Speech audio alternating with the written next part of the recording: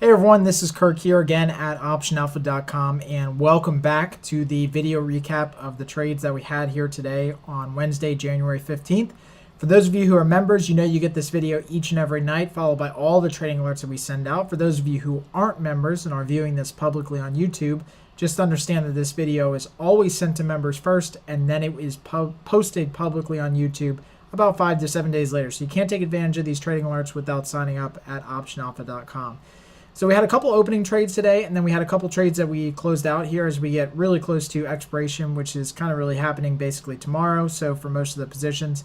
And as always, and I try to tell people this in email alerts because people are asking questions as they send in questions through the membership.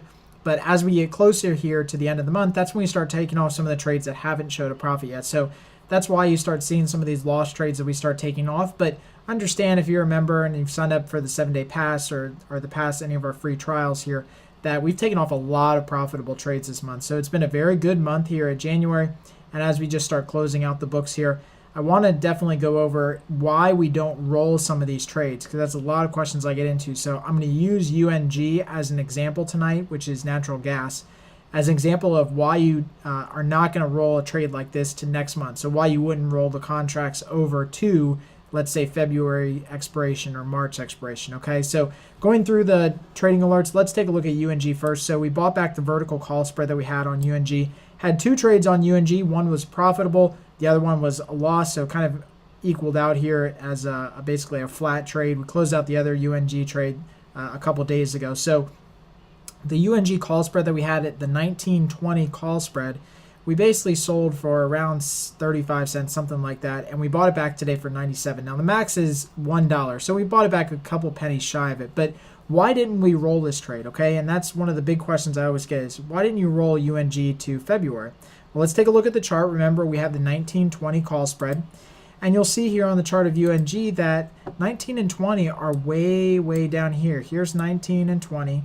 And those are our strikes. So we're basically working within this range for the next month, and that's February. So if we were to roll this trade to next month, we'd basically be rolling an already deep in the money option to next month. We basically get no additional premium for the additional amount of risk that we're taking on by just compounding this loss and rolling it to next month.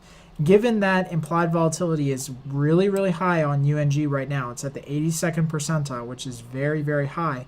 We are better off closing this trade out, taking the loss, and then adjusting our strikes accordingly to a new strike pattern somewhere 22, 23, wherever the case is above the market. So sometimes it's better to actually reset your strikes, just wipe that trade clean. Again, this is why we trade small, so that these losses like UNG don't overall affect our portfolio. This is a very small loss for my portfolio.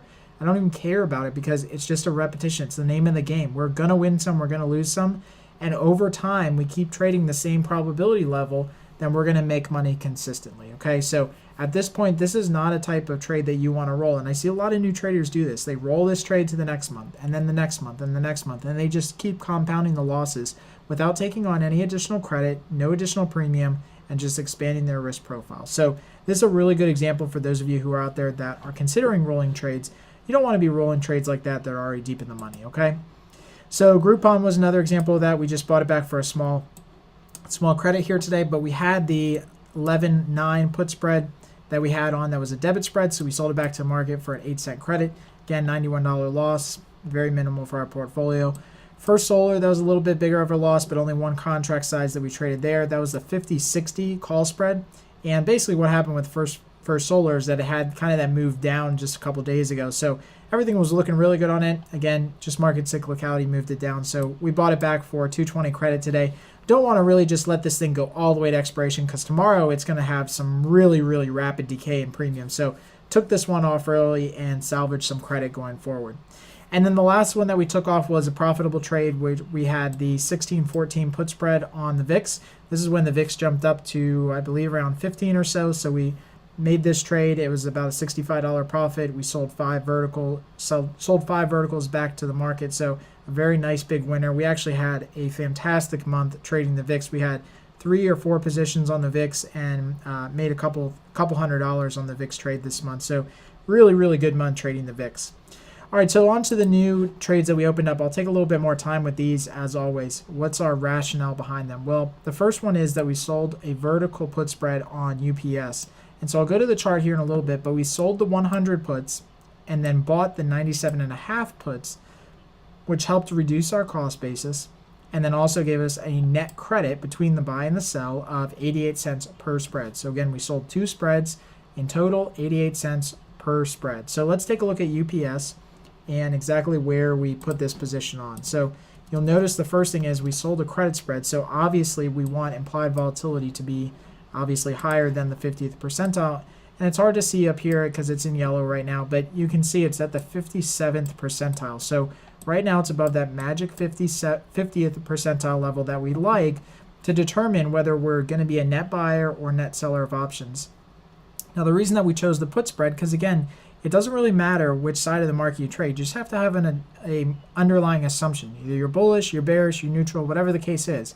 But in this case, just because UPS has just had a little bit more of a dip down over the last couple days, we thought that we'll play a little bit of this market cyclicality that at some point it might rally back up here. So we played the 197.5, which is right in here. So we're right below the market, but we have implied volatility on our side and we're taking in a credit. So overall, this is a good trade. As always, keep your premiums or your position size small and you'll do okay. All right, so Tesla's been another one of my favorites last year. Made a lot of money trading Tesla. Back to the old well, as they always say. If you make money, just go back to the same well. And Tesla had a huge jump the other day on their earnings. So today we sold the 150, 145 put spread, took in a nice fat credit of 142.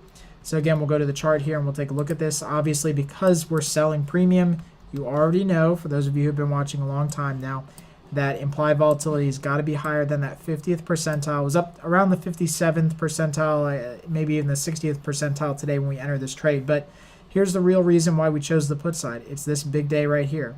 So it had a lot of, I don't know if it had earnings or announcements or something happened, but again, you don't even need to follow this stuff, but you know something big happened. And so with Tesla moving up, it's definitely broken the cycle of this downtrend that it's been in, right? And it's started to come all the way back around. So again, we don't want to force this thing and fight it all the way back down, trading the call side. So we're going to stay conservative, trade the put side of the market here, and let this thing run away as implied volatility starts to go down. So I think that's what's going to happen. We're going to start to see Tesla continue to move higher. Implied volatility will continue to drop, and both of those will be really good for this put spread. So as always, I hope you guys really enjoy these videos. Please add your comments to the box below, and happy trading.